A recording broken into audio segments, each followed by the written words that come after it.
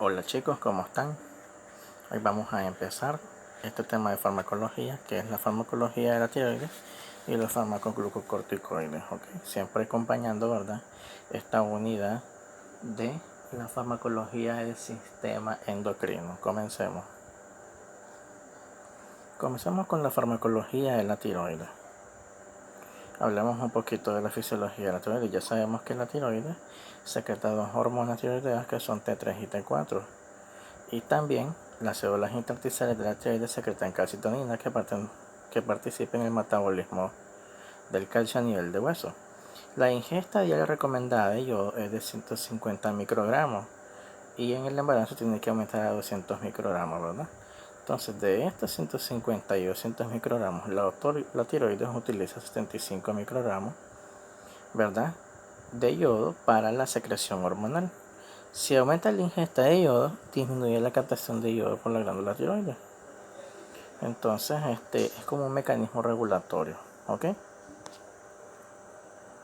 Entonces, es importante que conozcan que la tiroides forma la tiroglobulina.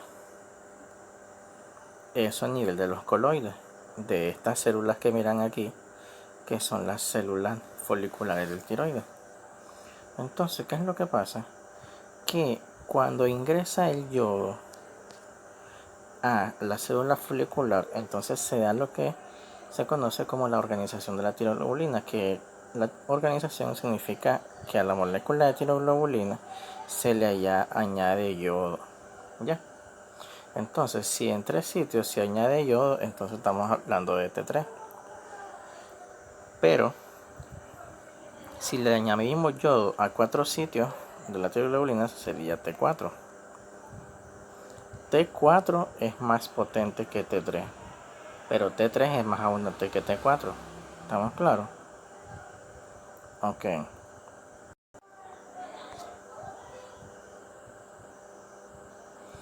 La ayudación del radical de tirosina, que es lo que se conoce como organificación, se da a nivel de 3 enzimas clave.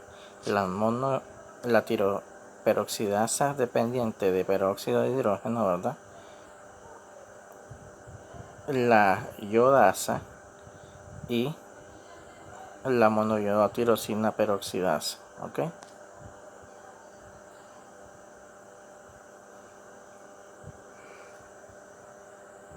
A medida que se va organificando, o sea, uniendo el yodo a la molécula de tiroglobulina, entonces, si se le agrega solo un yodo es monoiodotirosina. Si se le agregan ya 2 yodos es diiodotirosina. Si se le agregan 3 yodos, 1, 2, 3 es triiodotironina.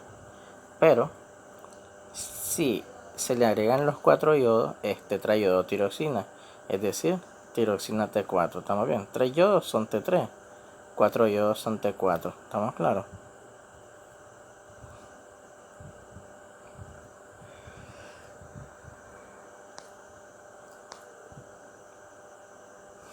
El exceso de ingesta de yodo va a causar una disminución en la captación del yodo, es decir, no se va a dar la organificación de la tiroglobulina. Por lo tanto, no se van a formar hormonas tiroideas. ¿Estamos claros?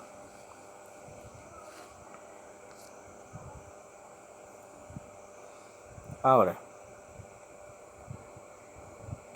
la absorción intestinal de T4 es lenta, mientras que la absorción de T3 es rápida. ¿Estamos claros? Hay fármacos que disminuyen la organificación del yodo y también van a haber enzimas que van a degradar con mayor velocidad la T3 y la T4, en especial aquellas que son metabolizadas a través del sistema de la P450 oxidasa. Entonces van a haber fármacos que van a afectar directamente a la P450 oxidasa y van a causar que estos se metabolicen de manera errática. ¿Estamos bien?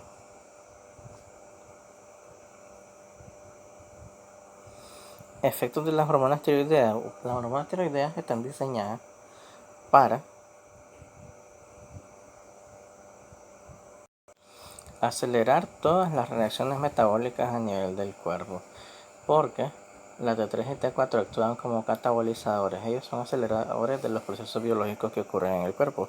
Por lo tanto, va a acelerar lo que es el crecimiento, el desarrollo, la función y mantenimiento óptimo de los tejidos, pero su función fundamental en el tejido nervioso, el esquelético, el reproductor, ¿verdad?, es acelerar todas estas funciones. Cuando las hormonas tiroideas están muy hiperactivas, es por eso que se excita el sistema nervioso y también se excita el sistema cardiovascular. Por eso las personas que son hipertiroideas padecen bastante de hipertensión y de taquicardia. Los principales fármacos para la tiroides, ellos se dividen en dos grandes grupos. Los fármacos que son diseñados para el hipotiroidismo y los fármacos que son diseñados para el hipertiroidismo.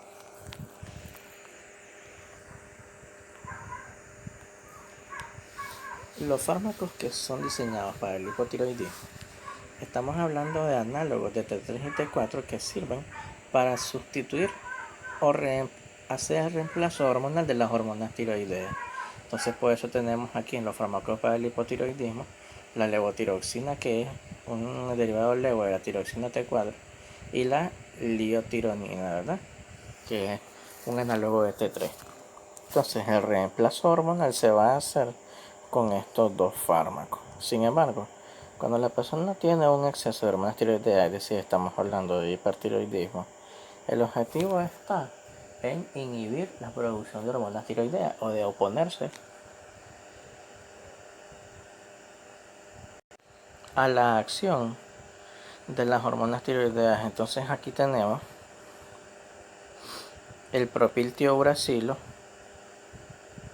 la solución de Lugol, el propanolol y el yodo radioactivo, yodo 131. ¿Estamos claros? Todas estas sustancias se oponen a la función síntesis o metabolismo de las hormonas tiroideas. ¿Estamos claros?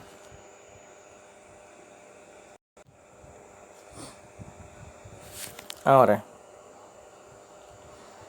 la levotiroxina es el fármaco de elección en la reposición de la hormona tiroidea, es decir, que si tenemos a un paciente con hipotiroidismo, queremos hacer la terapia de sustitución hormonal, entonces la levotiroxina es de elección, porque tiene efecto rápido y prolongado. ¿Estamos claros? Su efecto puede llegar a dilatar hasta 7 días. En cambio, la liotironina es 3 a 4 veces más activa, pero es más breve y se usa más que todo en el coma mixedematoso. ¿Estamos bien?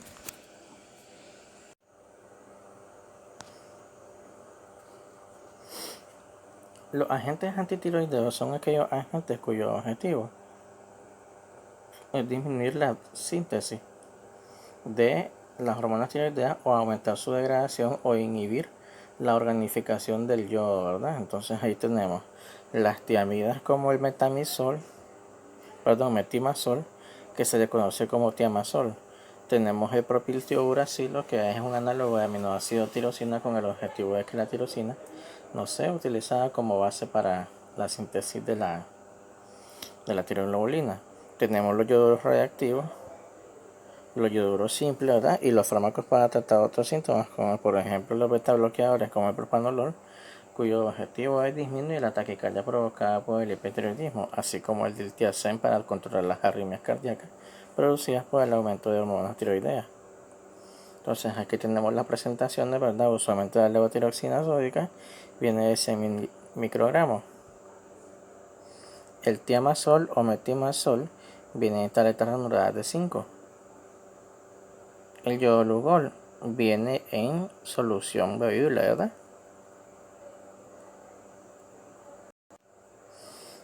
El propiltiouracilo, que es uno de los más difíciles de conseguir, él viene en tabletas de 100 miligramos de propiltiouracilo. Tenemos el yodo reactivo, que él viene en inyección, ¿verdad? Y las citas para poner el yodo pueden ser quincenales o pueden ser mensuales y son bajo vigilancia, porque el yodo radiactivo viene solo inyectable. Bien, el propiltiuracilo tiene una vida corta, pero el metimazol tiene una vida media larga, ¿ya? Porque el propiltiuracilo puede durar hasta 8 horas, pero el metimazol puede llegar a durar más de 12 horas.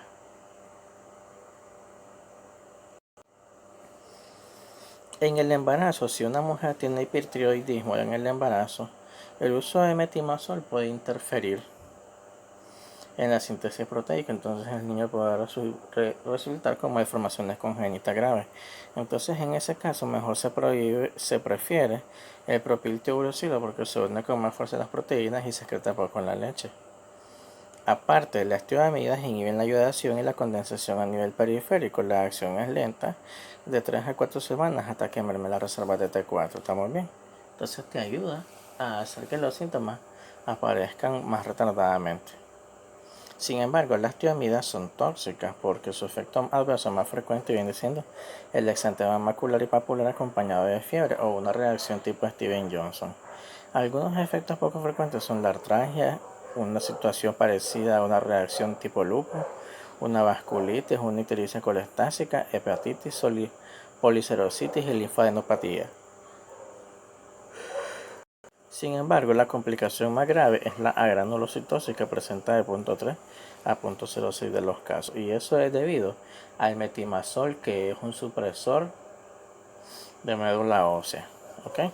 El tiamazol es el que da más anemia.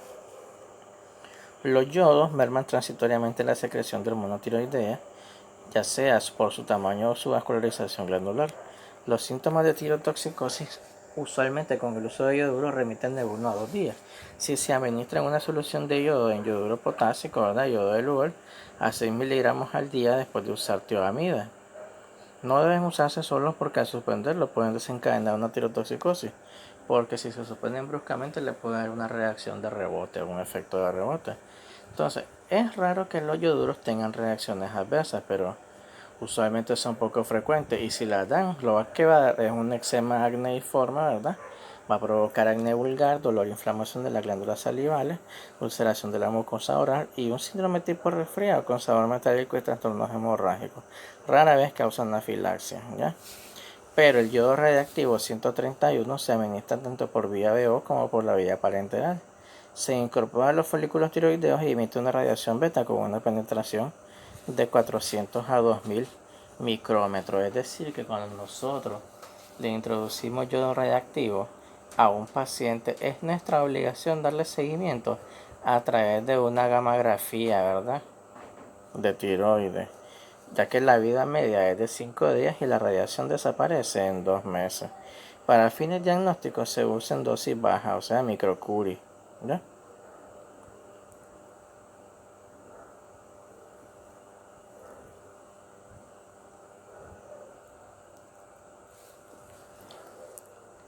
Lo malo del yodo radiactivo es que unas cuantas semanas después hay destrucción del parénquima tiroideo y puede quedar inservible. Lo bueno es que es de bajo costo y es económico, pero se tiene que usar con discreción. En cuanto a los fármacos sintomáticos de la tirotoxicosis, se recomiendan los beta bloqueadores como el propanolol para controlar las taquicardias que provocan los hipertiroideos. El diltiazem podría usarse QID de 90 a 120 miligramos en pacientes intolerantes al propanolol. Por ejemplo, si son asmáticos no pueden usar propanolol. Entonces en esos casos se cambia el propanolol por la diltiazem porque ambos tienen efectos parecidos, inotrópicos negativos. Pero si no quieren usar ni beta bloqueantes ni diltiazem, podemos usar, ¿verdad?, el propiltiuracilo y el metotrexato. Pero aparte de eso, tiene que usar guanetidina en forma de colirio para tratar un poquito el exoftalmo que produce la enfermedad de Graves ácido y también el hipertiroidismo. ¿Okay?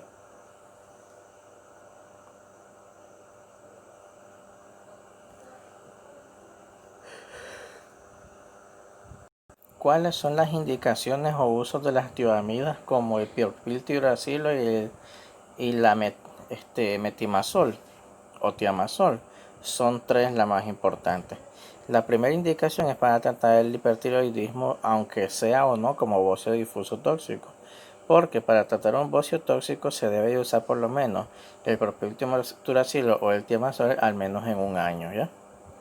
También el segundo uso es previo a la cirugía de bocio tóxico para que no desencadene una secreción en el transquirúrgico que nos pueda pasar una pesadilla durante la cirugía. Y el tercer uso es para tratar una tormenta tiroidea. Entonces en esos casos se prefiere propiltiuracilo porque la tasa de conversión es mejor. Además de eso, el uso de propiltiuracilo hace que el uso de beta bloqueantes para calmar los síntomas sea eficaz, porque esa sinergia no se obtiene con ningún otro antitiroideo. ¿Ya? Ahí tienen algunos componentes de la enfermedad de Graves Basedow, ¿verdad?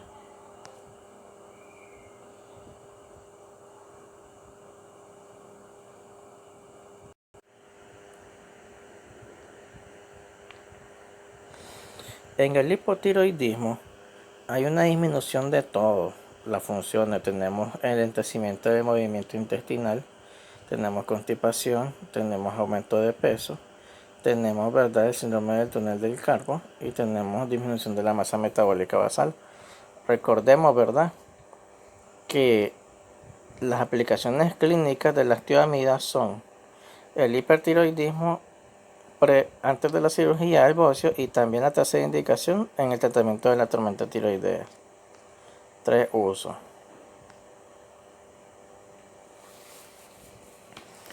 La característica principal del hipotiroidismo es el mixedema, que se caracteriza por piel seca y pálida, adelgazamiento del aspecto temporal de las cejas, hinchazón de los párpados y cara abotagada con un aumento de las arrugas y un rostro sin expresión.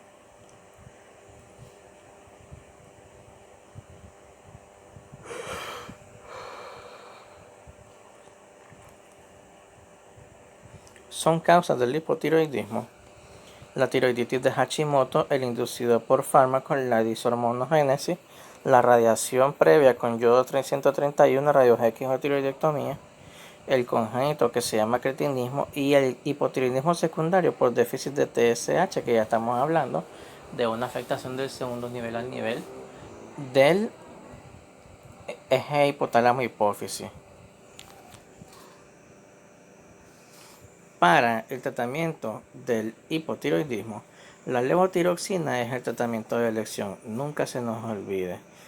Tiene que calcularse en los ancianos, ¿verdad?, con la dosis un poquito menor que la usual. Y eso basado, ¿verdad?, en su función renal medida a través de la creatinina. Hay que tener precaución cuando ya hay casos de mixedema y enfermedad arterial coronaria. Si hay un coma mixedematoso, en vez de 3/4 se recomienda T3, seguido de 50 microgramos de corticoides. Pero en el embarazo, si la mujer embarazada hipotiroidea, hay que aumentar la dosis de 20 o 30% y se evalúa la respuesta midiendo T3L y T4L. Pero también se puede hacer un tamizaje pinchando el cordón umbilical y extrayendo la sangre del cordón umbilical para ponerle en una matriz de datos. ¿Estamos claros?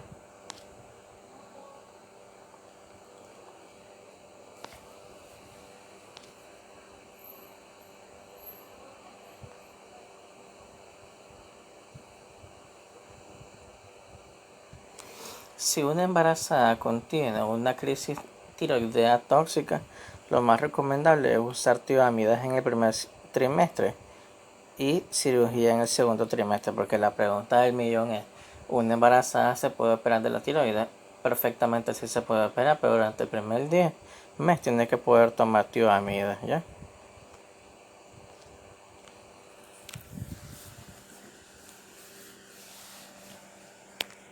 De esta manera nosotros podemos abordar pues que tanto la enfermedad hipertiroidea como la enfermedad hipotiroidea se tratan de manera distinta y cada una pues tiene un manejo distinto, ¿ya?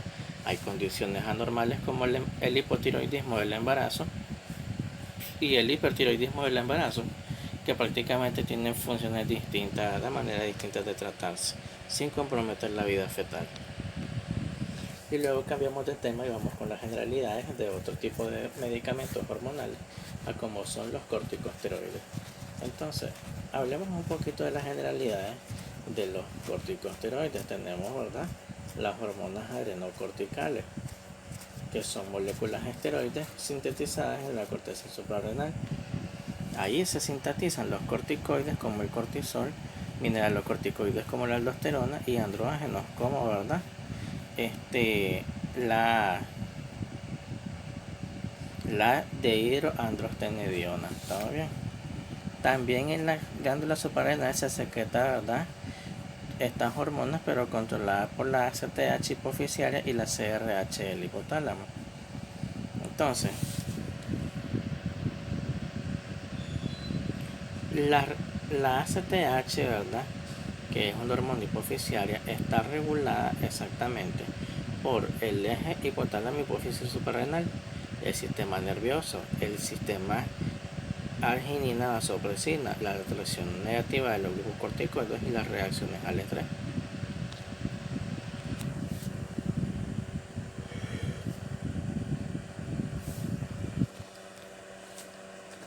Los efectos fisiológicos de los corticosteroides, más que todo ellos influyen en los metabolismos de los carbohidratos, proteínas y lípidos, la conservación del equilibrio hidroelectrolítico y la intervención en el funcionamiento cardiovascular, inmunitario sobre todo, renal, a nivel de músculo estriado, endocrino y nervioso. Porque los corticosteroides lo que nos preparan es para un estado de estrés, como cuando la persona va a huir. Ya los esteroides nosotros nos preparan para una situación de estrés inmediato, ¿estamos claros?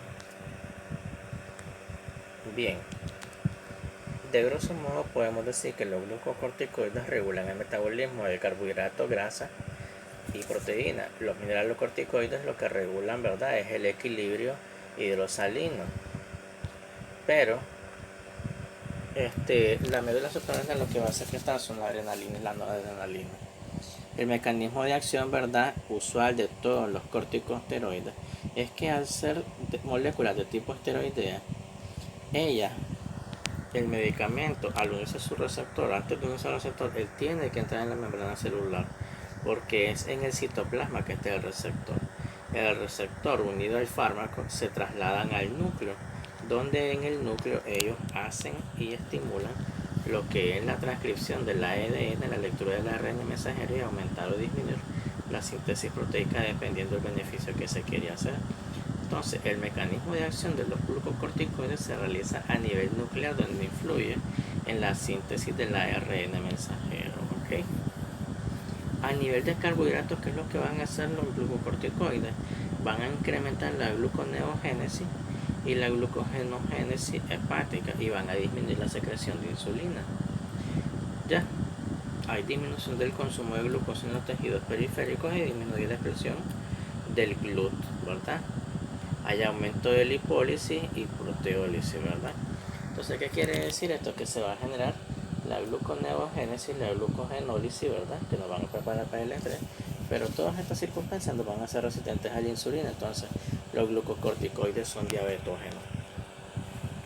Hay efectos sobre el calcio, disminuyendo su absorción a nivel del túbulo contorneado distal, y es por eso que las personas que toman corticoides pueden terminar tarde o temprano con osteoporosis. A nivel cardiovascular, aumenta el remodelamiento, ¿verdad?, del endotelio, aumenta la respuesta a los vasopresores y podría provocar hipertensión y cardiomiopatía dilatada. ¿Ya? A nivel muscular, ellos ocasionan, ¿verdad?, un agotamiento de las reservas de glucógeno, lo cual lleva a fatiga y miopatía, ¿ya? Porque una vez quemando todo el glucógeno, lo que se acumula es ácido láctico y el ácido láctico duele. A nivel del sistema nervioso central, estimula el estado del ánimo, afecto y comportamiento. Primero hay una etapa de energía acelerada, pero después uno se va agotando. Entonces, ese síntoma de agotamiento del sistema nervioso es debido a los corticoides. ¿Okay? Entonces, al principio puede causar euforia, pero después puede causar somnolencia, ya por el agotamiento del sistema nervioso. ¿Okay? A nivel del sistema inmune, los glucocorticoides inhiben la fosfolipasa 2, y si se inhibe la fosfolipasa 2, no se pueden formar los metabolitos del ácido araquidónico, como son las prostaglandinas, los tromboxanos y los leucotrienos. ¿Ya? Es por eso que los corticoides son antiinflamatorios, ¿verdad? Tienen efecto antiinflamatorio potente al inhibir la fosfolipasa 2. También inhibe la producción de citoquinas y L1 y L6, interferón gamma y factor de necrosis tumoral alfa. Es por eso que los corticoides son inmunosupresores, y cuando tenemos una enfermedad autoinmune, por eso los corticoides son la primera opción. También cuando tenemos una reacción alérgica son útiles los corticoides porque disminuyen la liberación de la histamina, también disminuyen la quimiotaxis y disminuyen los procesos de cicatrización. Por eso cuando alguien cicatriza con queloides y se hace una sutura, le primero, ¿verdad?, antes de darle de alta, le infusionan la herida con corticoides, ¿verdad?, de liberación sostenida para que no se les hagan queloides. ¿Ya? ¿Cuáles van a ser las aplicaciones terapéuticas de los corticosteroides? Primero, en la insuficiencia renal crónica, ¿verdad? Ya sea en la enfermedad de Addison o la insuficiencia suprarrenal aguda, porque estos medicamentos corticoides van a alterar lo que es el eje aldosterona, ¿verdad?, favoreciendo lo que es, ¿verdad?, el buen metabolismo hidrosalino. También los corticoides se pueden usar en la maduración pulmonar fetal, como en el caso de la dexametasona, que se recomienda en 6 miligramos intramuscular por 3 dosis, ¿verdad?, con el objetivo de lograr la maduración pulmonar fetal arriba de las 32 semanas en caso de que haya una amenaza de parto prematuro. También, ¿verdad?, lo podemos aplicar en enfermedades no suprarrenales. Y estas enfermedades, un ejemplo, ¿verdad?, son, ¿verdad?, los espolones calcáneos, el asma, las enfermedades pulmonares obstructivas crónicas, etcétera, qué sé yo, todas las inflamaciones que se pueden dar a nivel sistémico. La absorción es muy buena por todas las vías. El uso en la piel con calor, parche oclusivo en grandes extensiones mejora la absorción. ¿Estamos claros? El transporte, ¿verdad?, es a nivel con la albúmina, pero a pesar de que se une la albúmina, es poca afinidad a la albúmina a pesar de que se transporta bien. El tiempo de vida de los corticoides son de 60 a 90 minutos, siempre y cuando, ¿verdad?, ellos sean corticoides de acción corta, porque hay otros de acción intermedia que pueden llegar a 12 horas y otros de acción prolongada porque pueden llegar a durar 34 horas, 24 horas o más. Los corticosteroides se excretan el 1% por la de vía renal no alterada, pero el 20% se metaboliza a cortisona por la enzima hidroxiesteroide 11 deshidrogenasa, ¿verdad? La mayoría se inactiva en el hígado por conversión a tetrahidrocortisol y tetrahidrocortisona. Esos son los dos metabolitos inactivos. Ahora, algunos efectos a veces se pueden obtener por el uso de corticosteroides. Por ejemplo, la insuficiencia suprarrenal. Entonces, hay que retirar la verdad después de que uno la use arriba de 80 miligramos al día. En pacientes con Cushing se debe suspender, ¿verdad?, el uso de corticosteroides parenterales. También en una recuperación tarda, ¿verdad?, de semanas a meses de forma individual. Entonces ahí, si la cicatrización o la sanación tarda, no es muy viable que se usen corticoides, ¿ya? Cuando hay un exceso de corticoides va a suceder una hiperplasia de la corteza suprarrenal, que va a causar un exceso de corticoides, ¿verdad?, sistémico, y va a provocar lo que se llama el síndrome de Cushing, ¿verdad?, que se desarrolla luego de varios meses de recibir dosis alta. Por ejemplo, los pacientes que toman esa prednisona por todo el mes. ¿De qué se trata el síndrome de Cushing? Hirsutismo, acné, estrías, aumento de peso, pérdida de la masa muscular y retribución de la grasa. Por lo tanto, el paciente va a tener cara de luna, en la espalda va a tener una jiba de buey y va a tener estrías grasas en el abdomen, ¿verdad? También se puede dar por un exceso de glucocorticoides al hacer efecto sobre la aldosterona una retención de líquidos que va a causar hipocalemia y alcalosis y también hipertensión.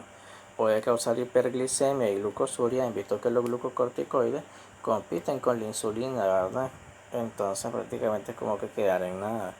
Y también hay un incremento de infecciones y reactivación de la tuberculosis, porque ustedes saben que todo corticoide es el supresor. Y si es un paciente que tuvo tuberculosis, se le va a volver a reactivar.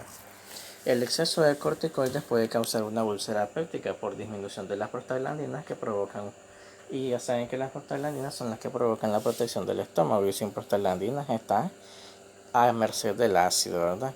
También puede causar miopatía por el deterioro, ¿verdad? Y el agotamiento de las reservas de glucógeno que llevan a una acidosis láctica muscular. ¿Ok? Puede dar osteoporosis por el mecanismo de la aldosterona. Entonces, ¿cuándo retirar un corticoide? Cuando hay efectos adversos graves que no mejoran con el tratamiento.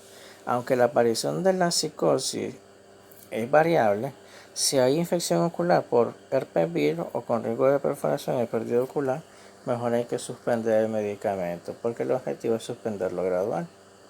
Ahí les tengo la dosis del esquema, ¿verdad? Cómo es que se hace la suspensión de los glucocorticoides de forma gradual, y eso era todo lo que yo les tenía que explicar hoy. Gracias por todo, nos vemos, chicos.